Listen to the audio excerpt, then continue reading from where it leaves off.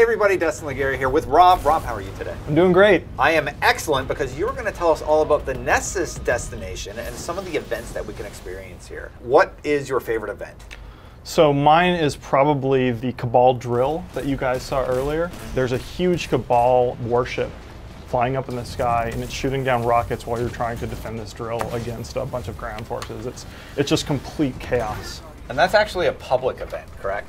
Right. So that's a returning event type. How have you evolved public events in Destiny 2? Well, so that's actually a brand new event type that we have in Destiny 2. We have a few events that we've taken and reimagined from before. We also have a huge number of new types. In fact, we have more new types than we've ever had in Destiny before. So with public events, the team looked at things that we did in releases, such as the Taken King with the Court of Oryx and Archon's Forge. And we thought a lot about how do we take that type of public gameplay that has some difficulty, has a little bit of bite to it, and it's really kind of interesting to play. How do we take that and do that in Destiny 2? And instead of finding one spot in the game that you would go to over and over, we decided to diffuse that among the public events on all the destinations. And so you saw things like the heroic triggers.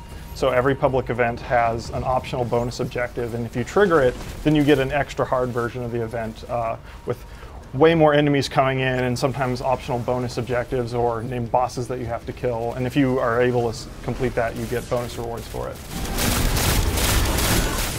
So also we got to experience adventures. What are these? They seem like mini stories almost? Adventures are sort of side missions. They're kind of similar in scope to some of the quest missions that you might have done in previous Destiny games.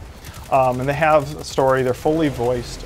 They expand on the story of what's going on in the destination or potentially tell you a little bit of the backstory of the characters or why some of the combatant races are there and what they're fighting over.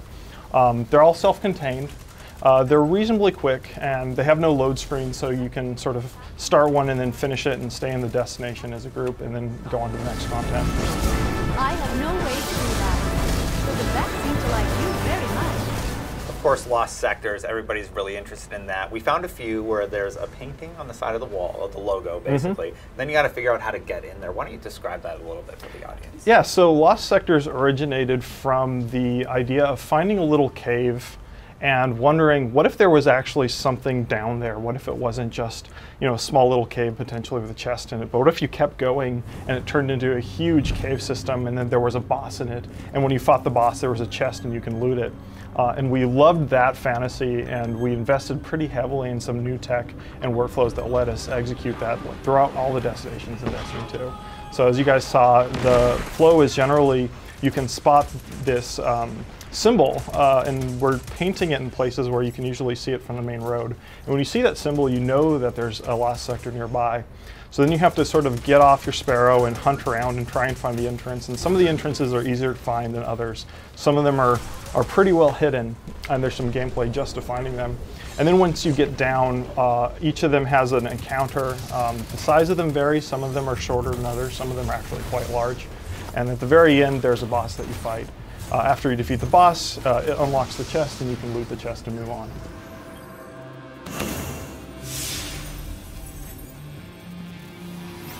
We were also sent on a mini quest, part of a quest from Failsafe, actually, the new ghost-like character that kind of helps us get around. Why don't you tell us a little bit about what that was? Yeah, so Failsafe is a new NPC in Destiny 2. You might have heard her talking during the strike that we showed at the Destiny reveal in E3. She's actually the AI that's left over from this human colony ship that crashed on the destination, and she's still ticking even though all the other survivors are gone. So this quest that you get, it's an example of something we're calling a world quest. And if adventures represent really small bite-sized stories, world quests are our way of telling much larger, more interesting and multi-part stories about a destination. This one is really the sort of story about Failsafe and where she's going from here and what happened to the crew of the ship that crashed. So we don't really talk about exactly what's going on there because it's an interesting thing for players to discover. But as you guys saw, that they're similar in scope to sort of the quest missions that you might have seen before. There's multiple of them strung together. These open up actually after you finish the main campaign. So they give you a chance to go back, revisit the destination, have some additional story content, and also get really good rewards. But you're giving us a little bit of a tease of one.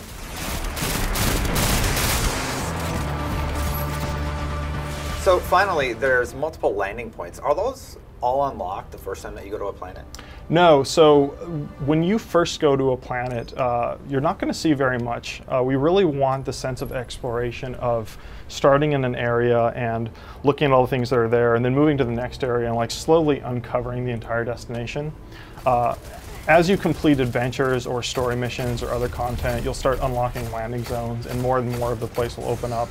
Some of it will be higher level and you might wander into it and then realize that you're probably not supposed to be here yet. So there's a real progression to the spaces that opens up over time. And then, like I said, with the world quests, and there's a couple of other things that have this property too. When you go back after finishing the main campaign, there's even more stuff to do on the destination that you might not have seen before. Perhaps we can discover how they are producing it and then blow them up. So what are Flashpoints and how do they work? So we knew going into Destiny 2 that we wanted to create a big weekly activity with an awesome reward that everybody could do and that was focused more on the open world, kind of a counterpoint to, say, the Nightfall each week. And we spent a long time exploring different ways in which we could present that. And ultimately we realized that public events are one of the most exciting pieces of content that we have, especially with the heroic events and a couple of other things that we're not even talking about yet. So every week we pick one destination and we give you an objective to go to that destination and clear out public events. And then after you've cleared out the public events, you come back and you get a pretty awesome reward for it. But there's a few other things that are going on as well. So Cade each week sells a bunch of treasure maps for you to find, and those are always on whatever the featured destination is for the Flashpoint.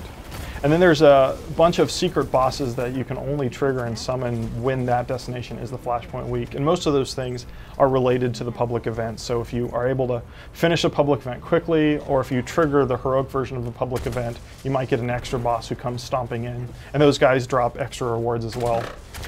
And then there's a couple of other things that occurred during that week. So all in all, our goal is every single week there is a featured destination in Destiny 2, and you go there and you spend a ton of time traveling around and exploring, getting really familiar with it. And then the next week rolls around and it's someplace new, and it helps to keep the game fresh. Awesome. Well, thank you, Rob, so much for showing us this space. I can't wait to dive into it more. Thanks a lot. Of course. Guys, for more on Destiny 2, keep it right here on IGN. Thanks for watching this IGN First on Destiny 2. If you like Destiny, be sure to check out Fireteam Chat, our weekly Destiny show that airs Fridays at 5. And don't forget to come back and check out more IGN First coverage on Destiny 2.